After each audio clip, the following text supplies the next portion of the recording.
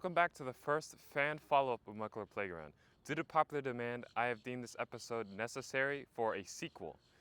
And in this case, we're going to be doing activated carbon. Now, I'm going to show you how to fashion it into a water filter and a gas filter. Let's get started. The materials you'll need are freshly activated carbon, beakers, baking soda, diatomaceous earth, flask, hydrochloric acid, hot plate, chlorinating tablet, water filter, cardboard wrapped in plastic wrap with a shirt on the bottom, sample water, tea, coffee, orange juice mixed with Gatorade. To start, we first got to neutralize a lot of that sulfuric acid residue that's on it. So I'm going to put in baking soda. You can already see it starting to bubble.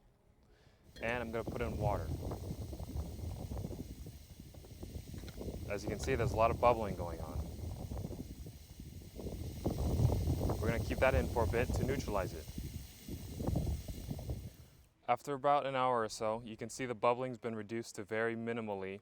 And since we know the sulfuric acid is very integrated into the carbon, so it's going to take all day to get out. What I wanted to do was just wash off that sulfuric acid that's initially on it. So after we do that, which you're just left with sodium bisulfate, we're going to be soaking this in pure water to really draw off the salts and make sure we have just pure activated carbon. So we're going to soak these guys in here for about 8 hours or so. That way it will draw off the water. It will draw off any of the salts and residue and dilute any sulfuric acid that's left over. So we're going to have these guys just floating here for a while and we're going to check back later. After soaking in water for about 8 hours, you can clearly see that our carbons are fully saturated. Even some of the pores are kind of filled with bubbles. The next thing we're going to do is roast these guys in order to fully activate the structure. And I'm going to show you two methods. One is the powder method and the other is the form method. This one, because it's uglier, will become powder, but this one will be doing the form method. The form method retains the structure of the carbon, but the powder method will make this extremely brittle and you might as well just have it in a powder. To activate our carbon, we're first going to put this in a little foil crib. And then we're going to stick it down here, right? And then we're going to close it and then subject it to extremely high heat. Now, the reason for doing that is because you want to be able to heat the carbon as fast as possible, to vaporize the water as fast as possible. Because as water becomes a gas, especially a hot gas, it's going to expand a lot. So much so that you're going to be opening those pores even more for more active sites. You're going to be able to filtrate more and filter gases more with that method. So that's why you want to do it as hot as possible. But the downside is you won't retain the form. It's going to be able to be very breakable.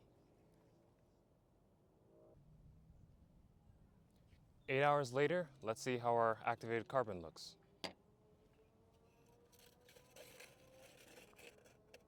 It already feels lighter. As you can see, it's very much a powder, and look, there's like all lines and stuff in it. See how brittle it is? I can easily break it and poke at it and stuff. And this won't retain the form. You definitely don't want this solid for longevity. You want to break it up into small activated powders for maximum effect. Our next method, the form method, it'll be similar but a little different. So, as per usual, we're going to wrap our little carbon in its little crib. We're going to put it in. But the difference is we will be subjecting it to high heat for a long time. We're going to be subjecting it to mid to high heat, and we're going to put this in here for about 4 or 5 hours, just enough to evaporate the water and but retain the form. This will be an excellent gas filter because it retains the form. The other one would be a good water filter because you don't need to retain the form to make water. Clear. 5 hours later, let's see how our carbon looks. Take it out carefully.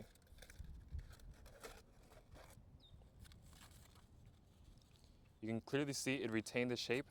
It's not brittle at all. If I tap it, it's not chipping stuff. But look, it retained the shape for the most part. It's shrunken considerably because the water's been evaporated out of it. But for the most part, it's still very good, and we're going to see if we're going to use this to filter gas.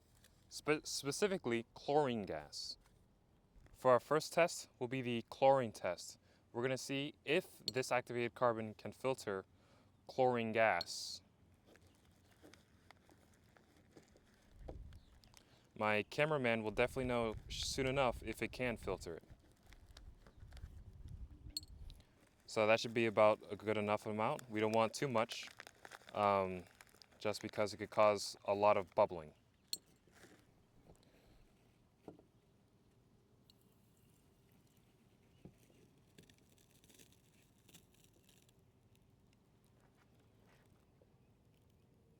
You can clearly see some of the green that's starting to form a bit. I don't smell any chlorine yet. No chlorine at all. I still don't smell it. The activated carbon, I think it's doing its thing. You can see a stronger green hue. Look at it. It's doing very well. It's actually doing better than I expected. I didn't think it would, do much. I thought it would just like mitigate it a little bit, but I still don't smell it. And you can see the chlorine gas is building up. It's becoming green in there, and still nothing. Still nothing. So, turns out activated carbon does filter chlorine. Let's just see if we could tilt the gas a little bit. Maybe it'll come out that way. Shake it around a little bit. Still don't smell it. So, and even as it's building up more, it would be releasing off, but I don't even smell it. Now let's see what happens if we pull the cork on this guy. Yeah, definitely, I could smell it then. Let's keep this guy covered. But for the most part, it can filter chlorine gas. Great, so we know carbon can filter chlorine. Now let's see what happens if we can filter contaminants with it. So we're going to put in our formless carbon, just crush it up in there, right? Now that's not nearly enough to make the water filter, so luckily I've called in some backup. I've made more beforehand, so we're going to pour these guys in here. Make sure they're crushed prior to this.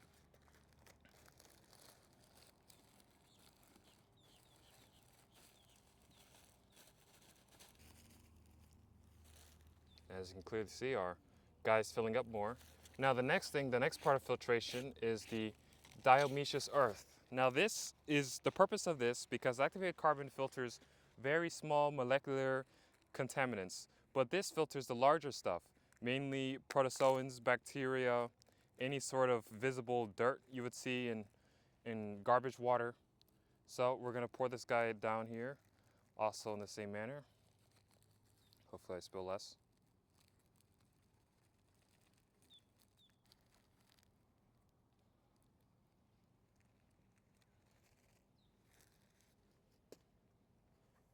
No, then we top it off.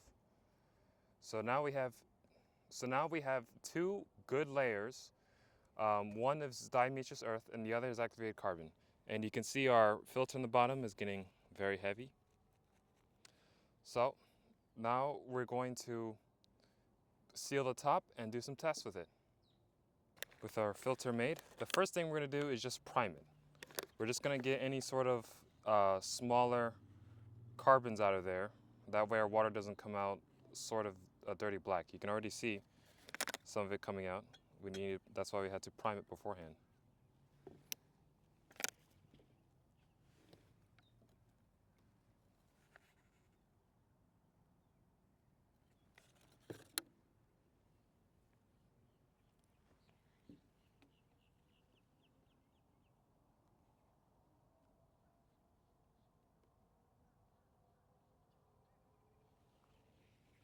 We're going to see if we can filter coffee and see what happens, what it looks like after. So pouring coffee on the top.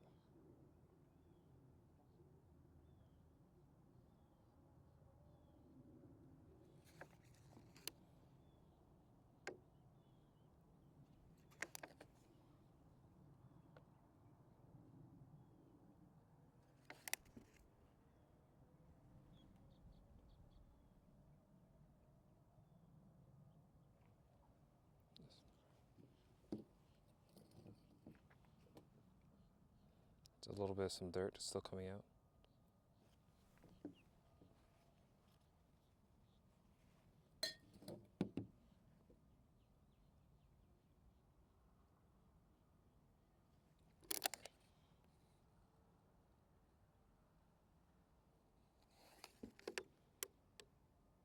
Oh, there's a leak. Let's see if it's sufficiently primed now.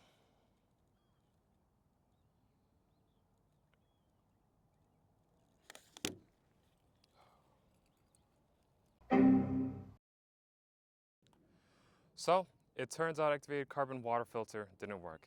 I think it's because the cardboard simply gave out. I thought I sealed it correctly with all the plastic wrap around it, but I guess not. However, our chlorine filter, that was the one that was very impressive. The carbon completely mitigated any chlorine scent, and when I opened it, it completely burned my nose. So that was very cool. I hope you liked this episode, and don't forget to like and subscribe and see more future videos. Also, if there's a video that you really like and a lot of people other like, then I'm going to do a fan follow-up. This is the first one, and I hope to do more in the future. Thank you.